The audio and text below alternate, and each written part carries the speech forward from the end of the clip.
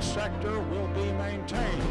Someone's got to develop a product that you and I as a consumer are going to want to buy. The country needs a comprehensive energy plan. We don't know how long this will last.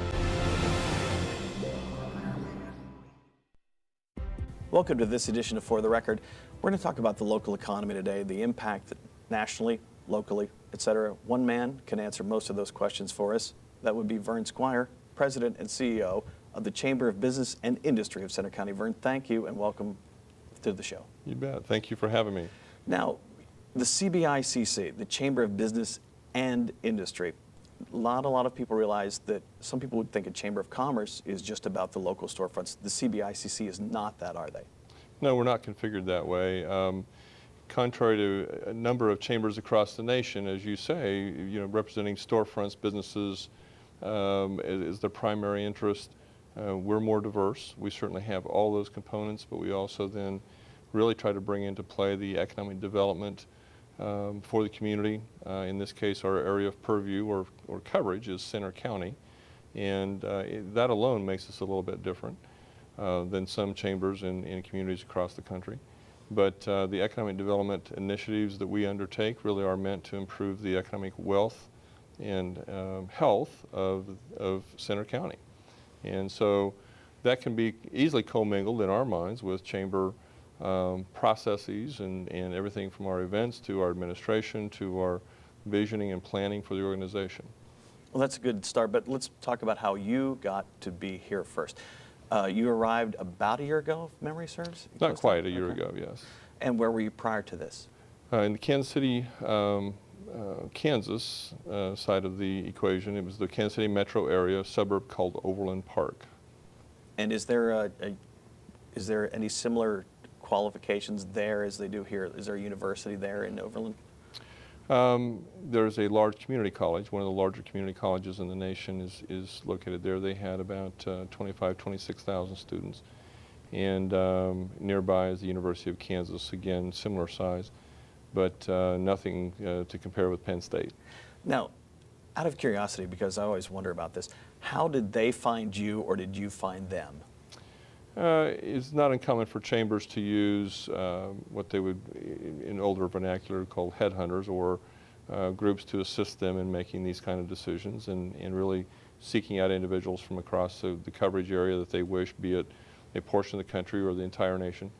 In this case, I happen to know one of the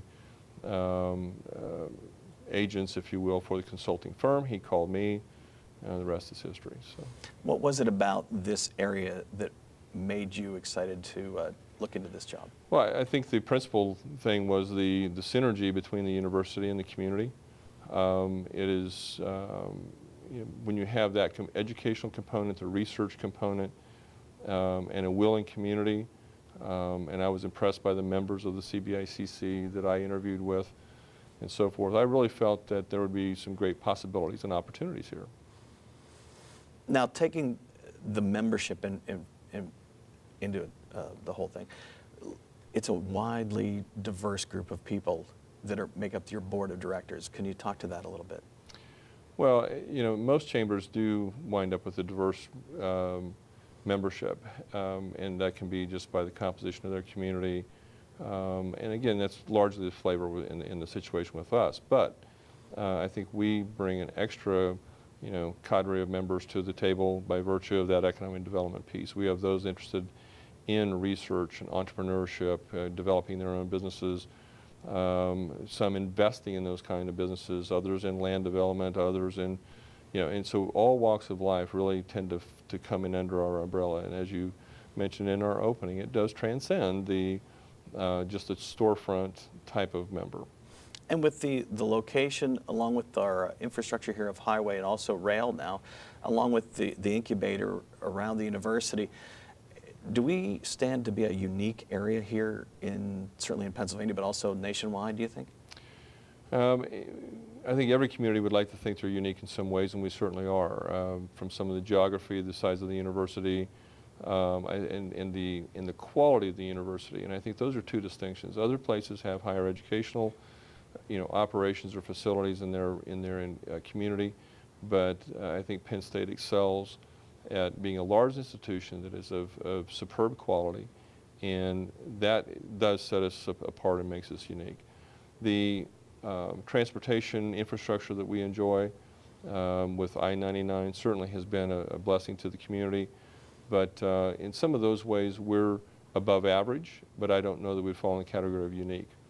In the terms that we have to talk in and deal with in economic development, we want to be competent and capable and equipped, however you want to say it, in all of those major areas, meaning you can't be deficient in infrastructure, transportation, you can't be deficient in your labor force or the competency of your labor force, and utilities as an example, or air service or whatever, because if you're grossly deficient in any one of those, you tend to fall out of competitions. And so I think we do enjoy some great attributes, but they don't mean automatic success. Sure. And not to make you draw a line on a map and say this is what we need to improve on, but where do you think, you mentioned air, certainly our airport is decent, but it's certainly not at a level where it probably could be, I would think. Well, I think it's all relative. We have, we're one of about a handful or half dozen, roughly, of university-owned airports across the country. And to that end, I think we've really done a pretty fine job of getting air service in here, but it's this kind of constant tussle between the number of carriers, flight options, cost of service, relative to then the carrier's view of us, which is the revenue side, how do they traffic manage with us and on routes, those kind of things. So there's two parties to this equation, community and the air vendors, if you will, in this case US Air, United, Delta, and so we have to watch and always be mindful, and I think the university staff does a nice job of trying to market the airport into more service options. In the chamber, we've been helpful in some of those discussions of late as well. That's a good stopping point for our first segment. I want to come back and talk more about the local impact of the economy, if that's okay with you. Sure. Our guest today is Vern Squire, President and CEO of the Chamber of Business and Industry in Center County. We'll be back with more right after this.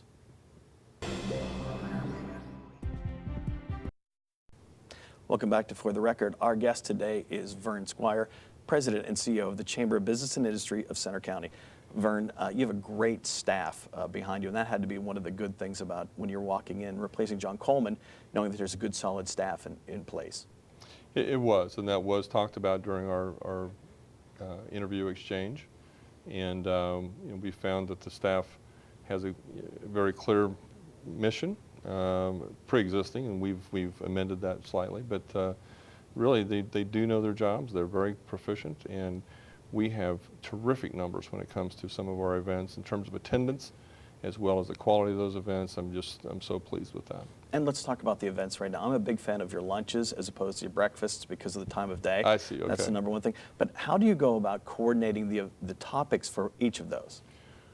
Well, we do our best to schedule those ahead of time, but we don't want to do that so far ahead that we lose relevancy to the community and our patronage, if you will. So we do talk to our members, we talk amongst ourselves as staff, we try to, again, monitor what's going on and what's needed. Sometimes there's actually an inverse problem. We have more good ideas stacked up and we have to then put something off, and so that causes probably more debate than anything.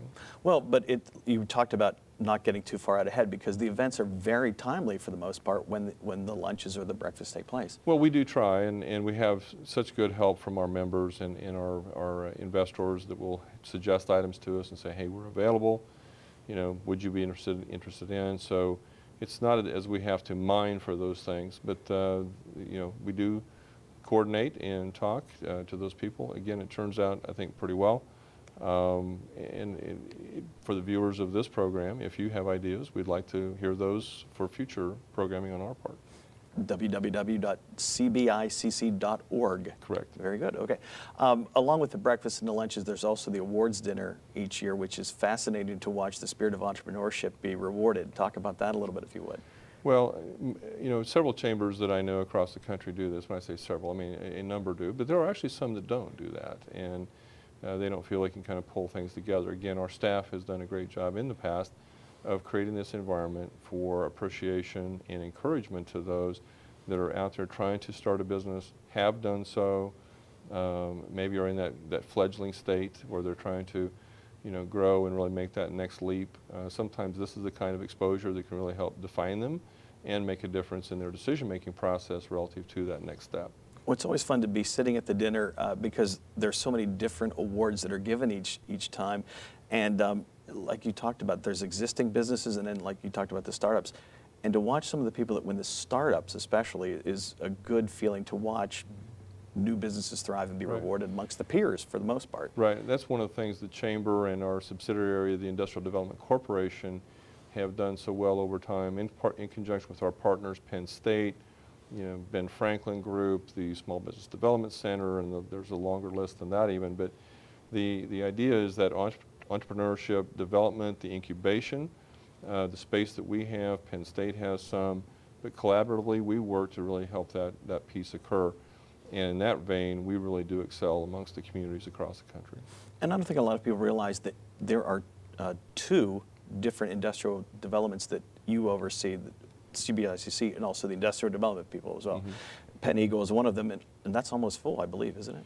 Penn Eagle Industrial Park has 2 remaining lots. They're together in a corner of the park as we know it, but all of the lots have been sold, and that's a great thing. Some are going to see some development here very soon. And then that leaves us primarily with Benner Commerce Park, which is a larger development, much newer obviously by time, but it is something that was just a development that was finished last year and really is now out in the market. We're seeing some sales activity. We hope to see a lot more. And the purpose of that park is to put that land into play as homes for job and wealth creating opportunities. Let's go to that now when you talk about it, because realistically you're trying to recruit not people to come to Center County, you're trying to recruit businesses to get here. Talk about that a little bit. How do you really go about that process? Well, as a developer, if you will, of the ground, the IDC has taken upon themselves to take the property, change it from a raw state into something that's finished, and go through all the process of everything from streets, the utility installation, sidewalks, trees, I mean the whole thing, and then all the regulatory processes that had to take place to make that occur. But it's in that context, just having the land available is not the end game in economic development. We really have to get occupants on there. And so I think one of the things we're doing right now, that since I've come here, is in conjunction with the boards, plural, the Chamber Board, the IDC Board, many of our close people to us, we're really trying to up our game in the recruitment piece of life. There are 3 legs, if you will, or 3 parts to economic development, 3 legs to a stool. And if you don't have legs relatively equal strength or equal size, stool falls over. You want balance. And so we have entrepreneurship incubation to grow your own piece. That's one leg. Second leg of the stool is retention and expansion. It's retaining what you have, growing the business that you have here. We need to do more work in that area. The third leg of the stool is recruitment. And that is bringing new jobs and new wealth into the community. And it's that piece that we really are engaging in a very concerted effort to work with our government partners, our other developer partners across the community, and the state officials alike. I mean, there's a long list of those that come into play when it comes time to really do that attraction. Now, there's that purposeful attraction that we're engaged in. There's also passive sales that can occur. People hear of the land for sale, they're coming to us, they're saying, hey, we have interest. So we certainly respond to those as well. Now, one of the big businesses that was talked about recently was Sierra Nevada Brewing Company. Looked at the area, and that didn't happen, but there was quite a buzz about the possibilities of what would come to the area with that. It was almost 100 jobs, I believe. Exactly. It was actually a little bit over 100 jobs. Some projects like that are magnetic, meaning they have a tendency to pull other pieces in around them that may be suppliers for a piece or a part of the process that major company is going to be dealing with. But they're magnetic also in the sense they may import jobs, and that brings with it new homes and tax base and all those good things. So Sierra Nevada was a fairly classic situation where the community, we didn't identify them, they identified us.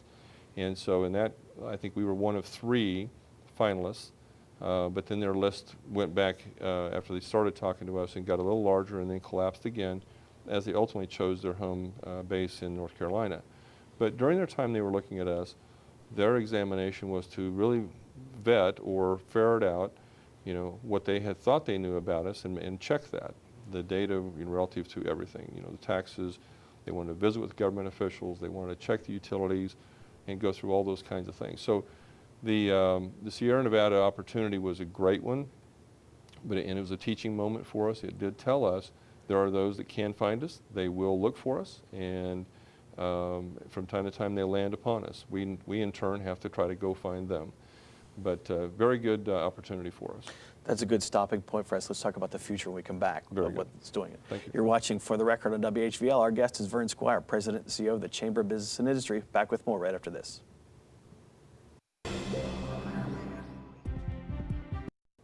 Welcome back to For the Record. Our guest today, Vern Squire with the CBICC. Vern, Centre County has been sort of a protected area for the longest time with the economy. Certainly, it was a shock that we were able to survive the Corning close the way we did.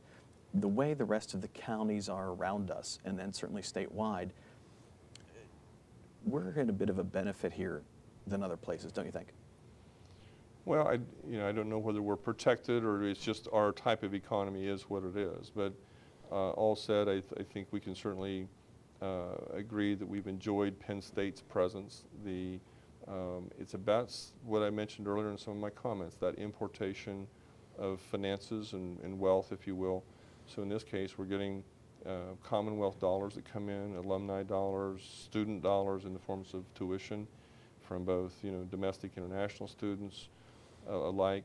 But all said, those dollars here do help provide a stabilization factor for our economy. Now, it's a matter of how we rely on that. Do we over-rely on that? I mean, those are some of the things that one has to think of as we would continually gauge our economy and plan for things going forward.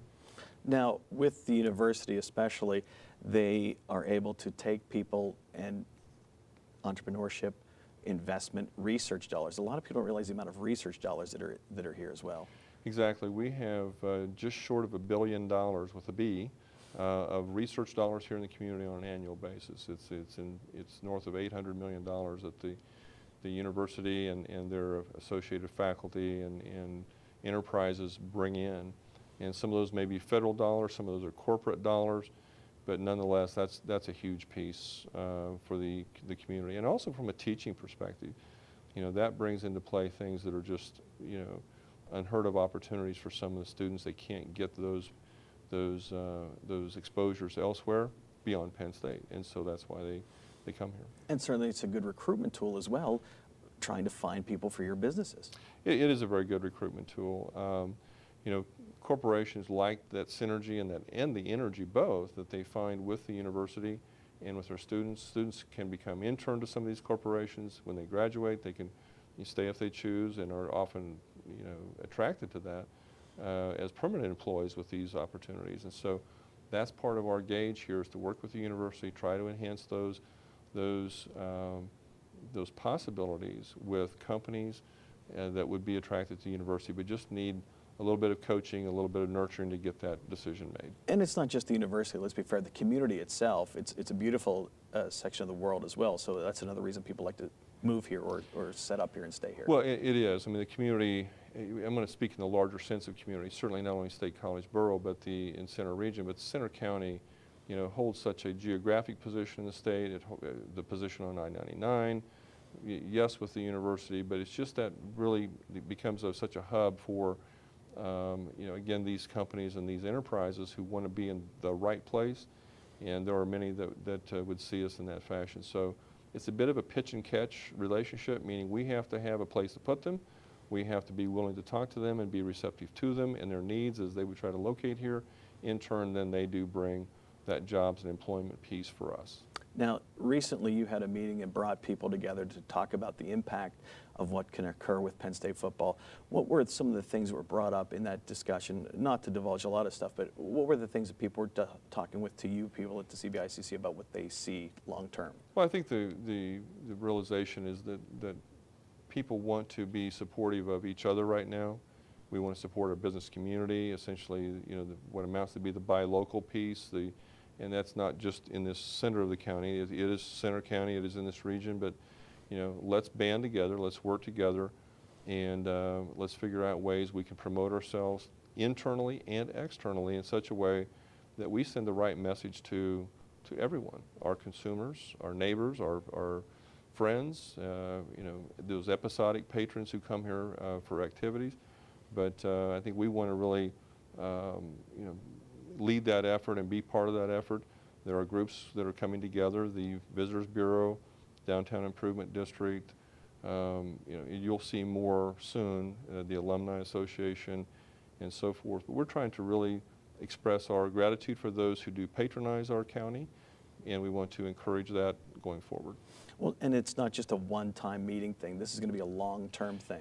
This will, and as it should be. And it, you know, irrespective of the sad events and the impact on the victims and all of that that has occurred, you know, we really should as a community understand each other, promote each other, and search for that strength together that we otherwise might, through in good times or better times, somewhat let slip. We should be doing this. What do you see now for the next 2 or 3 years here about the economy? Do a lot of your members talk about holding firm right now? Is anybody talking about expansion right now? Well, there are actually some companies and enterprises expanding. You know, you're seeing some additional home building occur. You're seeing some commercial buildings that will be going up this fall. You'll see some activity. So I think this is actually a time, it's more measured on the economics of the situation, even on a regional and national level, not just this level. You know, I think we're going to see a courage factor present itself here. I think people realize there's only one way you can really move on this deal, and that is forward. What kind of cooperation do you see between all the groups involved here? Tremendous cooperation. Again, everyone wants to make sure that we're taking care and we're on balance with, you know, everybody from the youth groups to the social service groups, and that we're doing the right thing in our respective lives and our respective operations. You know, again, doing what we can. Again, we can't rewrite history, but we can write the future. And so it's in that context we want to really pull things together and be part of that solution. Vern, thank you very much for being a part of the show today. Hope to have you back later on. Very good. Thank you. You've been watching For the Record. Our guest today has been Vern Squire, President and CEO of the CBICC. Thanks for watching. For everybody at WHVL, have a great day.